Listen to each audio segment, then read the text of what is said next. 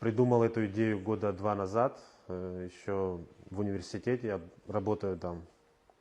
В рамках образовательной платформы Skillbox у нас там создалась команда, и мы вместе с командой стали искать идеи для дальнейших наших приложений, разработок. И пришла идея создать что-то простое, легкое и использовать для общества.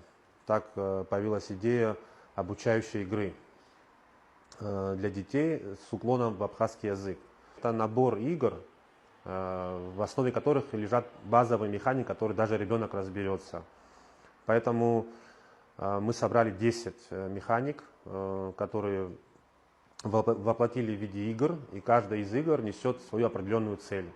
Какая-то игра – это изучение букв, какая-то игра – изучение слов, цветов, чисел, ну и так далее.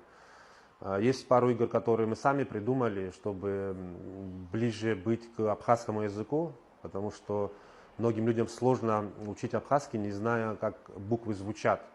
Поэтому есть игры, которые показывают, как должна звучать та или иная буква. Мы представляем проект, который готовился около года, в котором мы вложили очень много любви, внимания к деталям, и который направлен на сохранение и популяризацию абхазского языка для будущих поколений.